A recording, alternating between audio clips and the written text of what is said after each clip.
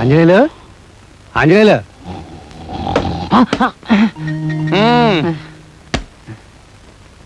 గీతా మకరందం వచ్చిందయ్యా. ఏంటి గీతా మకరందమా? అదేనయ్యా, ఒంటి మీద బట్టలు లేకుండా గుడిమి బొమ్మల్లో ఉంటాయి అమ్మాయి బొమ్మలు.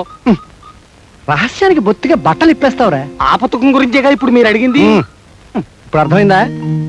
గీతా మకరందం వచ్చిందా? ఓహో అదే, ఇప్పుడే షిప్ లో దిగింది. కానీ ఆ పుస్తకంతో మీరు పోలీసులు కంటపడితే మీ పని జైల్లో గీతాపారాయణే.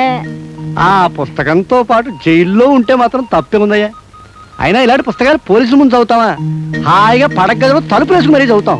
పడక గదిలో కూడా లైట్ ఉండగా చదువుతారు, ఇటు చీకట్లోనే చదువుతారు. అయ్య గారు, ఆ బిర్స్ ఈ రాత్రికి నాకు ఇచ్చేయండి. నీకెందుకు ఆ పుస్తకం? అదేం బోధపడి వస్తుంది?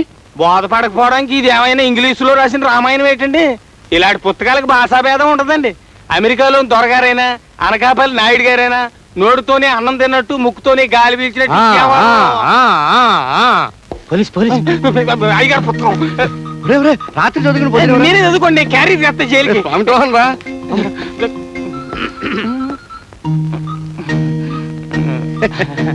భగవద్గీత లేదయ్యా?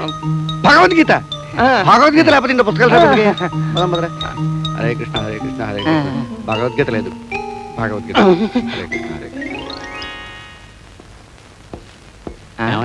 ప్యారిస్ నుంచి వస్తుందా? ఆ పుస్తకం ఉందా?